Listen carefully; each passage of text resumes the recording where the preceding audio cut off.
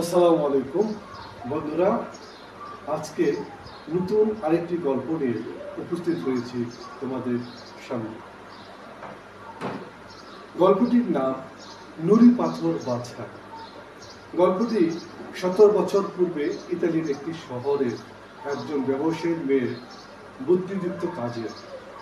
একজন বৃদ্ধ ব্যবসায়ী তার ব্যবসার জন্য শহরের একজন রক্তচোষা মহাজনের থেকে কিছু টাকা নিয়ে ঋণ নিয়েছিল, কিন্তু কয়েকবার টানা লোকসান হওয়ায় এবং মহাজনের সুদের টাকা চক্রবৃদ্ধি হারে বেড়ে যাওয়ায় ব্যবসায়ীর জন্য টাকা পরিশোধ করা কঠিন হয়ে যায়।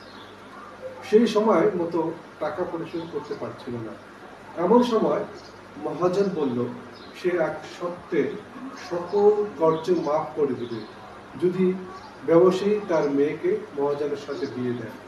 মহাজন মানুষ হিসেবে ভালো ছিল না, তাই ব্যবসায়ী প্রস্তাবটি পছন্দ হয়নি। তখন মহাজন বলল, ঠিক আছে, তাহলে চলুন আমরা আপনার বাগানে থাকা সাদা ও কালো নুড়ি পাথর দিয়ে একটি ভাগ্য পরীক্ষা করি। আমি এই বাগানের পাথরের রাস্তা থেকে একটি সাদা এবং একটি কালো পাথর নিয়ে একটি ব্যাগে রাখবো।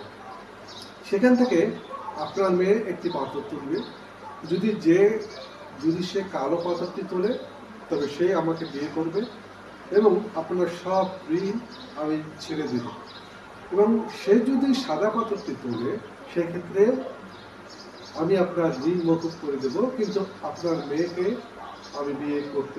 আমাকে বিয়ে করতে হবে না। এমন সময় মহাজন যখন বাগানের রাস্তাটি থেকে নুড়ি পাথর থলেতে রাখার জন্য তুলছিল, তখন মেয়েটি দেখে ফেললে যে মহাজন একটি সাদা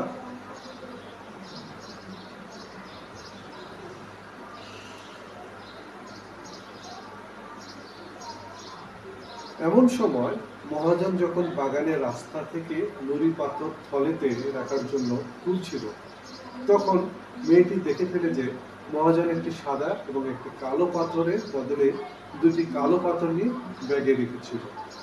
এই অবস্থায় মেয়েটির সামনে তিনটি পথ ছিল।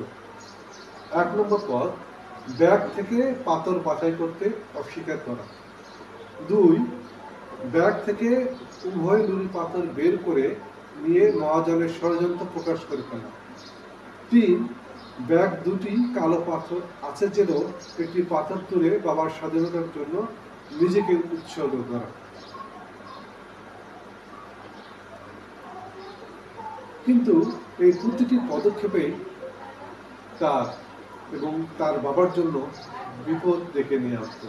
কিন্তু মেয়েটি যা করলো তাতে মহাজন বোকা বনে গেল।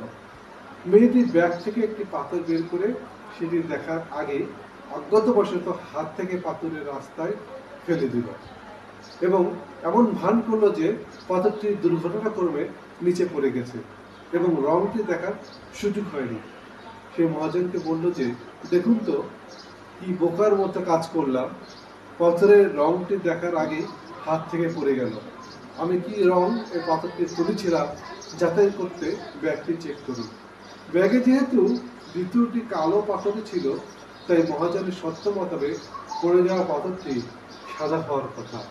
এইভাবে মেয়েটি এবং তার বাবা মহাজনের ছলচাতুরি থেকে রেহাই করে।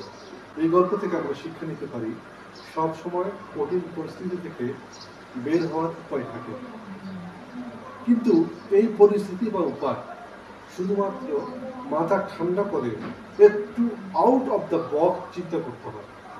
আমাদের যে অপশনগুলো দেওয়া হয়েছে এর বাইরেও অপশন থাকতে পারে। আমাকে খুঁজে বের করতে হবে আর লক্ষ্যপানে ছুটতে হবে। কি বন্ধুরা, কেমন লাগলো আজকের গল্প? আমাকে জানিয়ে কমেন্টসে আমাকে জানিয়ে খুশি করো।